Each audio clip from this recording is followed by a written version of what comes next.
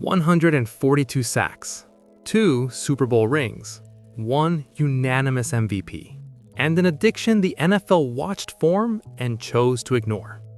On November 18, 1985, 62,000 people watched the man's legs snap in 2 directions at once. The sound reached the upper deck.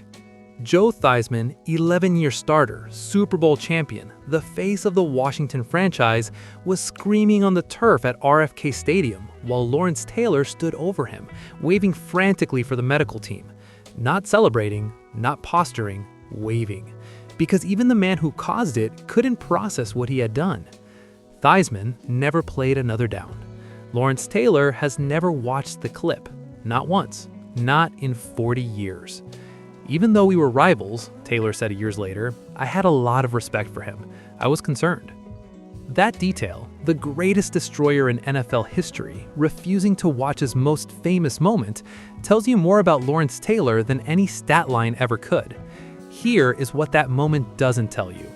3 months before that play, the NFL already had failed drug tests on Lawrence Taylor. They had reports. They had everything needed to act. They looked at it, looked at the standings, and chose the standings. Stay until the end, because the most important moment of Lawrence Taylor's life didn't happen on a football field. It happened 17 years after he left one. The boy nobody wanted. Williamsburg, Virginia, 1959. Lawrence Julius Taylor is the oldest of 3 sons born to Clarence and Iris Taylor, a truck dispatcher and a school teacher running a disciplined house. Lawrence is not disciplined. He is large, restless, and burning through energy that has nowhere to go. His parents point him toward sports. He tries baseball, crouches behind the plate, waits. Waiting is not something Lawrence Taylor does. He quits. He doesn't touch a football until he is 15 years old. By that age, future NFL players are already being tracked by recruiters. LT is wandering a hallway at Lafayette High School when a coach spots him. Doesn't ask, doesn't recruit, just looks at the size of the kid and conscripts him on the spot. 5 games on the bench, then 1 blocked punt. Lafayette wins. Something shifts behind the kid's eyes and the coach sees it immediately.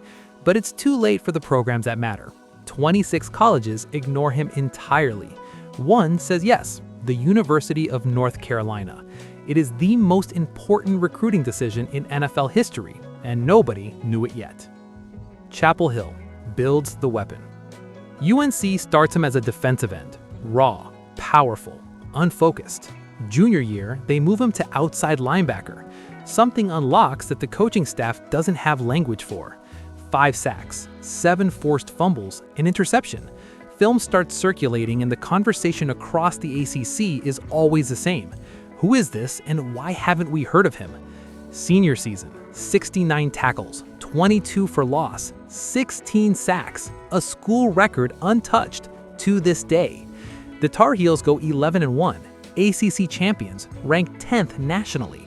LT wins ACC Player of the Year, only the 4th defensive player to do so since 1953. His coaches describe him in 2 words, reckless and aggressive. Going into the 1981 draft, a poll of NFL general managers produces a number that says everything. 26 of 28 say if they had the first pick, they take Lawrence Taylor. The Saints take George Rogers. The Giants take Lawrence Taylor, 2nd overall. 1 practice. Giants training camp, 1981. LT arrives listed as 3rd string defense. He is 1st string before the first practice ends. Not over a week, not through a process, 1 practice. What follows is the greatest rookie defensive season in NFL history. 9.5 sacks, Defensive Rookie of the Year, Defensive Player of the Year, the first rookie ever to win it. Nobody has repeated it in 4 decades. But the stat line misses the real revolution. Before Taylor, a blitzing linebacker was a manageable problem. Keep the running back in, 2 blockers, 1 rusher. Done. Taylor makes that solution extinct. Too fast for backs, too violent for tight ends, too instinctively creative for any scheme assuming he'd behave like a linebacker was supposed to. By 1982, his 2nd season, something unprecedented happens. Total passing attempts exceed rushing attempts in the NFL for the first time in the league's history. One player, 2 seasons. The entire identity of professional football permanently redirected. Teams begin placing their best offensive linemen on the left side, LT side, the blind side.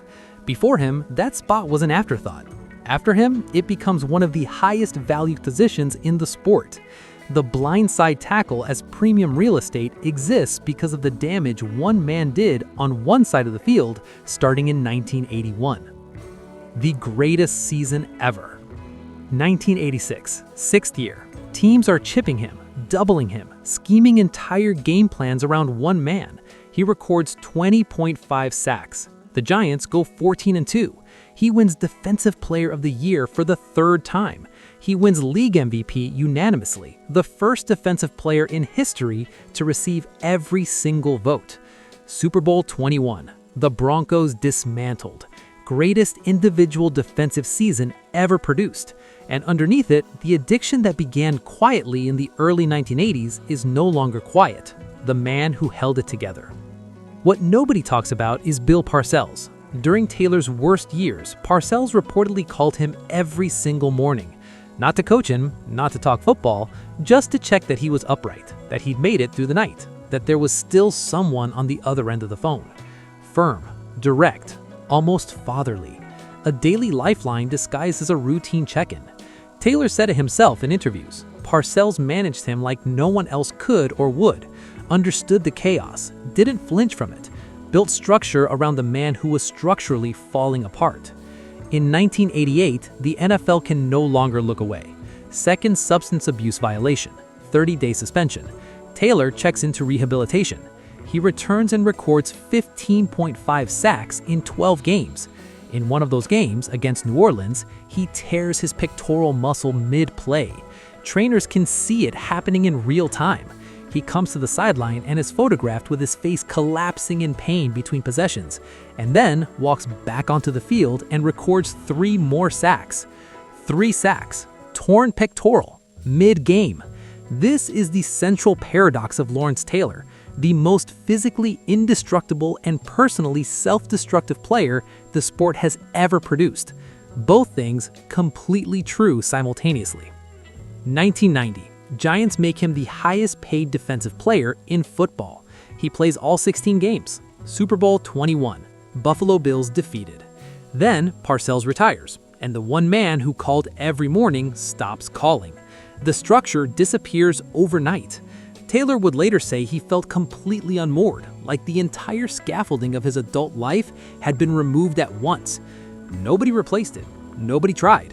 The NFL had its championships. It had moved on. The 17-year fall. He retires after 1993, 142 sacks, 33 forced fumbles, 8 first-team All-Pro selections tied for the most ever by a defensive player. First ballot Hall of Famer. Then the cameras turn off, and what happens next takes 17 years to fully surface. Without football structure, the schedule, the practices, the physical exhaustion that kept everything else at bay, Taylor has nothing to metabolize the addiction into. The cocaine that had been managed, suppressed, worked around during his playing years, now has no competition. He describes this period in interviews with a specific kind of honesty that is hard to watch. Football was the only thing that gave me discipline. When it was gone, I had nothing to keep me in check. 1996, arrested for cocaine possession. 1998, guilty plea on drug and tax charges. Through the late 1990s and into the 2000s, he cycles through relapses, public appearances that alarmed former teammates, and a slow erosion of everything the sport had given him. Former Giants who visit him during these years describe a man who still carries himself with physical authority, but whose eyes have gone somewhere else. The intensity that made him the most feared player in football has no outlet. It turns inward. He said, "I was running from myself, and I was fast, so it took a long time to catch up." In 2010, 17 years after his last game, at 50 years old, he is arrested on charges involving the exploitation of a minor. He pleads guilty. He is placed on the sex offender registry. The greatest defensive player who ever lived becomes a story the sport cannot tell without a paragraph of complication attached. The cost and the reckoning. Here's what needs to be said plainly. The NFL saw the addiction forming in real time and chose production over the person. Failed tests managed, not addressed. Suspensions arriving years after they should have. The machine that makes billions from these men has no mechanism for returning them whole. Lawrence Taylor gave the sport his body, fractured tibia, torn pectoral, 13 years of violence absorbed and delivered at a level nobody has matched before or since. He gave it his mind, his nervous system, his post-career stability. The sport took it all, handed him hardware, and moved on. Where is he now? Lawrence Taylor is 65 years old. He gives interviews, he shows up at Giants events occasionally, received with complicated applause. He has spoken in recent years with a clarity about his failures that is, in its own way, more impressive than anything he did on a field. "I made bad choices," he said. "Nobody made them for me. But I also know that football didn't prepare me for anything that came after it. You spend your whole life being taken care of, the team, the schedule, the structure, and then one day it's gone and you're on your own and you don't know how to be on your own." Bill Belichick, who built his entire coaching reputation on that Giants defense, said, "I had the honor of coaching the greatest defensive football player in the history of the game." John Madden said Taylor changed defense, changed pass rushing, changed the value of every position around him. Both true, both incomplete. The full accounting, every edge rusher earning $30 million traces back to him. Every left tackle drafted top 5 traces back to what one man did on one side of the field in 1981. The passing era itself, the wide-open NFL generating more revenue than any sport in history, was accelerated by a defensive player who forced the entire league to evolve around him. That is his monument. And the man standing next to it, the kid from Williamsburg who blocked one punt and found his calling, who was reckless and aggressive and more alive on a football field than anywhere else on earth, that man spent 20 years after the lights went out fighting a war nobody trained him for. He changed football forever. Football could not return the favor. Lawrence Taylor, the greatest, the cost, the full truth.